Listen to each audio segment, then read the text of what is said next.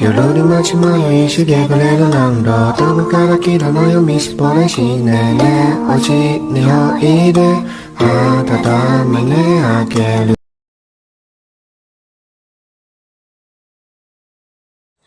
Selamat pagi Bu, perkenalkan saya Putri Yulda Kristiani Tolongmenua dari Prodi S1 Keperawatan semester 5 kelas B.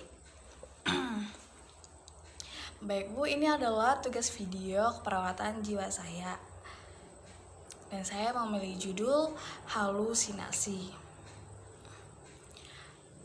Apa sih itu halusinasi? Halusinasi adalah salah satu gejala gangguan jiwa di mana pasien mengalami perubahan sensor persepsi, merasakan sensasi palsu berupa suara, penglihatan, perabaan, atau penyiuman. Pasien merasakan stimulus yang sebetulnya tidak ada. Dan pasien merasa ada suara padahal tidak ada stimulus suara. Melihat bayangan atau sesuatu yang menakutkan padahal tidak ada bayangan tersebut. Lalu menyium bau-bauan tertentu padahal orang lain tidak merasakan sensasi serupa. Merasakan mengecap sesuatu padahal tidak sedang makan apapun. Merasakan sensasi rabaan padahal tidak ada apapun pada permukaan kulitnya. Dan dari kasus halusinasi ini diperkirakan lebih dari 90% klien schizophrenia mengalami halusinasi. Bentuk halusinasinya bervariasi. Tetapi sebagian besar klien schizophrenia di rumah sakit jiwa mengalami halusinasi dengan mendengar suara. Dapat berasal dari dalam atau luar diri individu itu sendiri. Dan suara dapat dikenal atau familiar, misalnya suara neneknya yang sudah meninggal. Dan suara ini dapat tunggal atau multiple. Dan isi suara dapat memerintahkan sesuatu pada si klien. Dan si klien sendiri merasa yakin bahwa suara itu berasal dari suara Tuhan atau setan, bahkan sahabat atau musuhnya sendiri.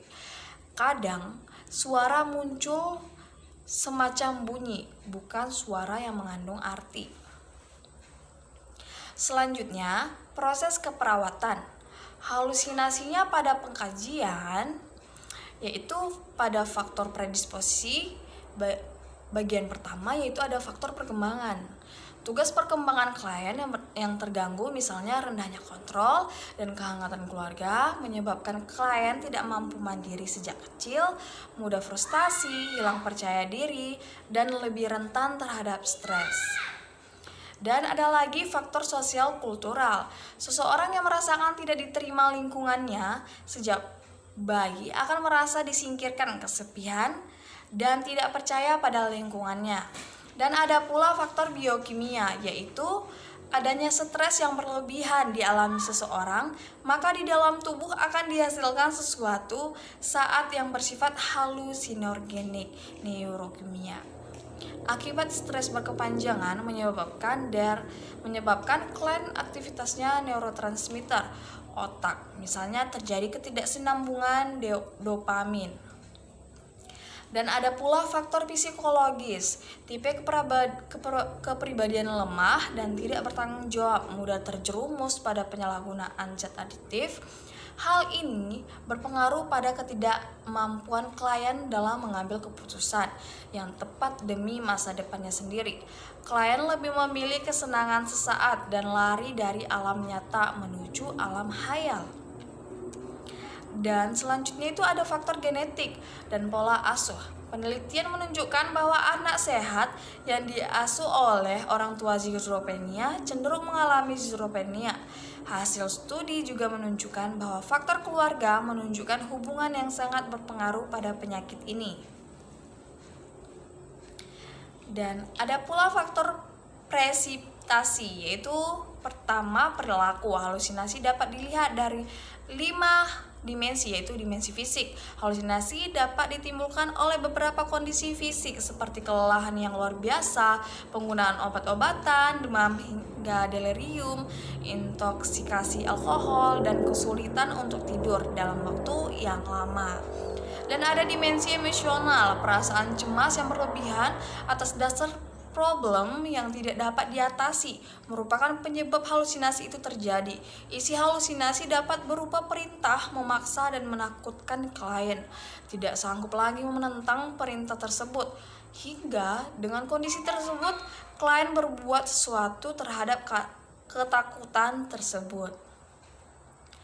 Dan ada dimensi intelektual. Dalam dimensi intelektual ini menerangkan bahwa individu dengan halusinasi akan memperlihatkan adanya penurunan fungsi ego.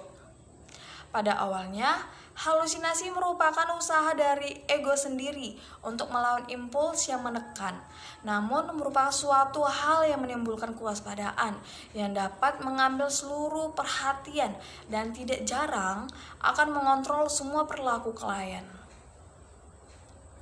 Dan ada dimensi sosial. Klien mengalami gangguan interaksi sosial dalam fase awal dan comforting. Klien menganggap bahwa hidup berhasil bersosialisasi di alam nyata sangat membahayakan, sehingga klien asik dengan halusinasinya sendiri, seakan-akan ia merupakan tempat untuk memenuhi kebutuhan interaksi sosial. Dan ada dimensi spiritual. Secara spiritual, klien halusinasi mulai dengan kehampaan, hidup rutinitas tidak bermakna, hilangnya aktivitas ibadah, dan jarang berupaya secara spiritual untuk menyucikan diri.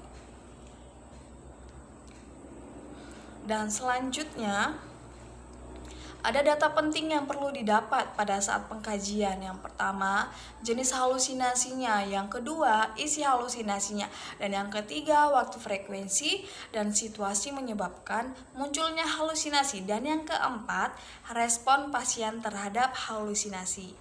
Di rumah sakit jiwa di Indonesia, sekitar 70% halusinasi yang dialami oleh pasien gangguan jiwa adalah halusinasi dengar, 20% halusinasi penglihatan. Dan jenis halusinasi yang pertama ada halusinasi dengar atau suara. Jenis ini yaitu bicara atau tertawa sendiri, dan untuk data subjektifnya mendengar suara-suara atau kegaduhan.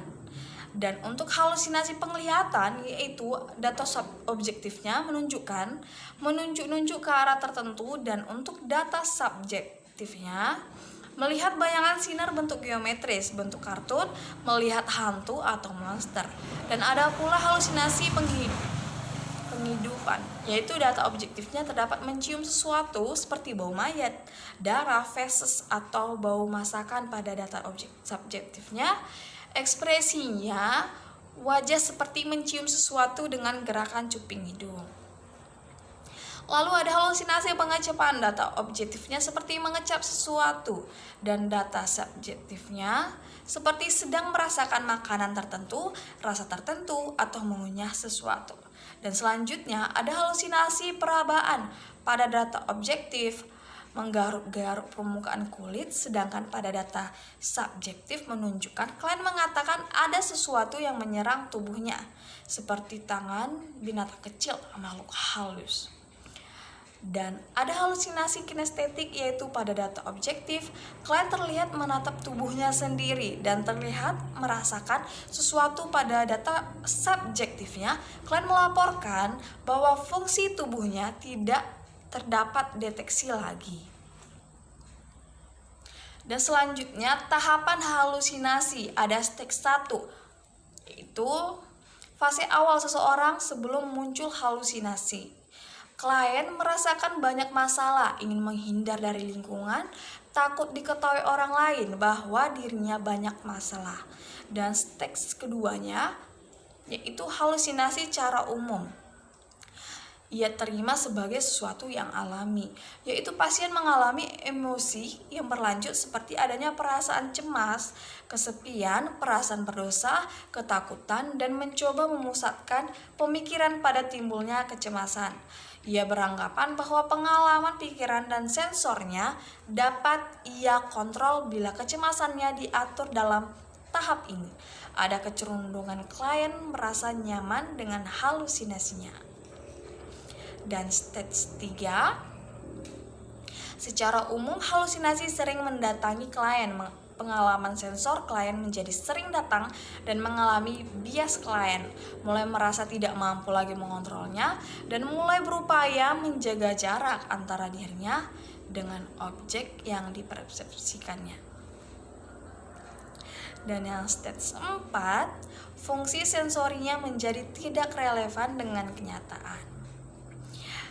Ini klien mencoba melawan suara-suara atau sensor abnormal yang datang dari sinilah dimulai fase gangguan psikotik. Dan ada stage 5, klien mengalami gangguan dalam menilai lingkungannya. Itu pengalaman sensornya terganggu. Klien mulai merasakan terancam dengan datangnya suara-suara, terutama bila klien tidak dapat menuruti ancaman atau perintah yang ia dengar dari halusinasinya. Halusinasi dapat berlangsung selama minimal 4 jam atau seharian bila klien tidak mendapatkan komunikasi teraupetik, terjadi gangguan psikotik berat.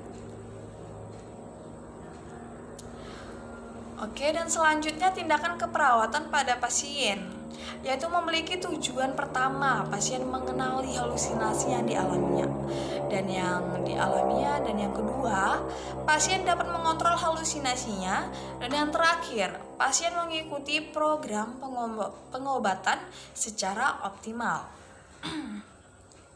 Dan selanjutnya, untuk tindakan keperawatan yang akan kita lakukan, pertama yaitu membantu pasien mengenali halusinasi, dan ada yang namanya menghardik. Gitu, halusinasinya upaya mengendalikan diri terhadap halusinasi dengan cara menolak halusinasi yang muncul, dan tahapan tindakannya meliputi menjelaskan cara menghargai halusinasi, memperagakan cara menghargai meminta pasien, memperagakan ulang, serta memantau penerapan cara ini. Dan ada pula upayanya, yaitu bercakap-cakap dengan orang lain. Ini untuk mengontrol halusinasi dapat juga dengan bercakap-cakap dengan orang lain. Ketika pasien bercakap-cakap dengan orang lain, maka terjadi distraksi, yaitu fokus perhatian pasien akan beralih dari halusinasi ke percakapan yang dilakukan dengan orang lain tersebut. Dan lanjut, tahapan intervensinya sebagai berikut: menjelaskan pentingnya aktivitas yang teratur untuk mengatasi halusinasi, mendiskusikan aktivitas yang biasa dilakukan oleh pasien, melatih pasien melakukan aktivitas, menyusun jadwal aktivitas sehari-hari sesuai dengan aktivitas yang telah dilatih. Dan ada minum obat secara teratur. Untuk membantu mengontrol halusinasi, pasien juga harus dilatih untuk menggunakan obat secara teratur sesuai dengan program. Pasien gangguan jiwa yang dirawat di rumah sering mengalami putus obat, sehingga akibatnya pasien mengalami kekambuhan kembali. Dan selanjutnya ada tindakan keperawatan agar pasien patuh menggunakan obat, yaitu kita jelaskan menggunakan obat itu untuk apa. Kita jelaskan akibat bila putus obat. Kita jelaskan pula cara mendapatkan obat atau berobat, dan kita jelaskan cara menggunakan obat dengan benar. Dan selanjutnya pada tindakan keperawatan kepada keluarganya, tujuannya yaitu keluarga dapat terlibat dalam perawatan pasien baik di rumah sakit maupun di rumah, dan keluarga dapat menjadi sistem pendukung yang efektif untuk klien. Untuk tindakan perawatan pertama, kita diskusikan masalah yang dihadapi keluarga dalam merawat pasien. Berikan pendidikan kesehatan tentang pengertian halusinasi, jenis halusinasi yang dialami pasien, tanda dan gejala halusinasi, dan cara merawat pasien halusinasi. Berikan kesempatan kepada keluarga untuk memperagakan cara merawat pasien dengan halusinasi langsung di hadapan pasien. Dan yang terakhir, buat perencanaan pulang dengan keluarga. Evaluasi pada pasien. Pasien mengenal halusinasi. Pasien mampu menggunakan cara mengontrol halusinasi. Pertama, menghargai, bercakap-cakap, membuat jadwal kegiatan, melakukan kegiatan sesuai jadwal, menggunakan obat secara teratur. Dan untuk evaluasi kemampuan keluarga, yaitu ada menyebutkan pengertian halusinasi, menyebutkan jenis halusinasi, menyebutkan tanda dan gejala halusinasi, memperagakan cara memutuskan halusinasi, mengajak bercakap-cakap. Saat halusinasi, memantau aktivitas sehari-hari sesuai jadwal, memantau dan memenuhi obat untuk pasien, menyebutkan sumber pelayanan kesehatan yang tersedia. Nah, dan demikian penjelasan saya tentang keperawatan jiwa pada pasien halusinasi. Demikian video saya. Saya mohon maaf jika ada kesalahan dalam tutur kata dan bolak-balik dalam kata, dan saya ucapkan terima kasih untuk perhatiannya, Bu, dan selamat pagi.